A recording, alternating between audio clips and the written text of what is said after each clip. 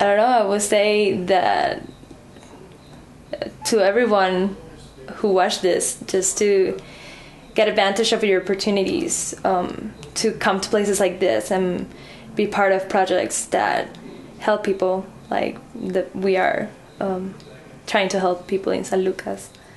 So just take advantage of the opportunities. Today is our last day in San Lucas.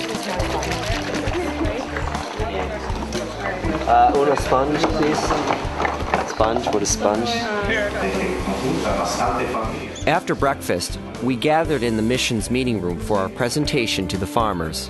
We wanted to explain what happens to their coffee when it comes to North Central College. We are flattered at how attentive the farmers are and how appreciative they are. I think they really enjoyed our presentation. They even wanted us to do it again. Yo únicamente quiero agradecerles a ustedes por esta propaganda tan hermosa que le han hecho por medio, y agradecemos a ustedes que también están cooperando con él para que él pueda seguir comprando café a San Lucas. Muchas gracias. Da cuenta que el producto de Guatemala ellos están vendiendo. Por eso el servicio es para todo de Guatemala. The most important part about this is that the farmers are happy with not only our presentation but with what we're doing overall. So it's a success. Absolutely. Yeah. I'm on a happy high now. Feel good, helping out people. You see the hot thing for you. I asked Josiah, who works at the mission, if there was a difference between fair trade and direct trade. So there is certainly a big difference, and lots of people ask all the time, well, is your coffee fair trade? And that's a difficult thing to answer, because the answer would be probably no, it's not fair trade. It's 2.5 times what fair trade would typically make available. So our growers make 2.5 times as much as fair trade growers make. That's great news. We wanted to learn more about how coffee is cultivated. We felt it might help explain our product to potential customers back home. Christina asked about seeing another farm, and as usual, the Guatemalan said, sure, come with us.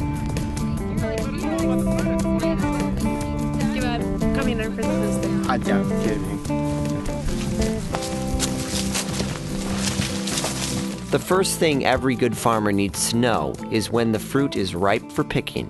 Mi nombre es Ramiro Coche. My name is Ramiro Coche, and I'm working with the Mission of San Lucas with Father Gregorio.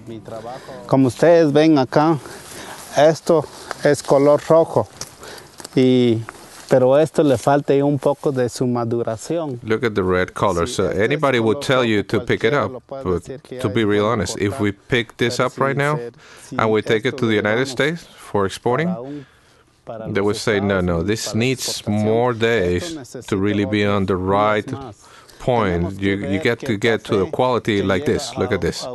See, it gets a little black, a little more dark. So that's what tells you that it's really ready. Ya más maduro. Ahora el café más grande, ¿verdad? Como ver esto. Coffee production fluctuates from year to year. A plant produces a lot of coffee one year, then rests the next year. Para el próximo año, esto no va a dar nada. This also happens within the same tree, as a branch or section will produce heavily for a while, then take a short break. Would that be a coffee break? Sí, estas son las puntitas de aquí para adelante. So what he's saying is basically on this branch, you get production this year from here to here, as you can see the coffee. However, next year, this is going to rest, and this green part right here, next year, is where the coffee is going to grow. And you could see the little points, right here, here, and here, and that's where the coffee is going to grow. Coffee yield varies year to year, from branch to branch and tree to tree. This right here, he's saying, is a perfect example of the trees. You can obviously see this one has a lot of coffee on it, whereas this one is resting this year. It didn't grow any coffee this year. So yeah. But it's just the experience to actually be here hands-on and experience it. That's just what you don't get in a classroom at all. It's a completely different perspective.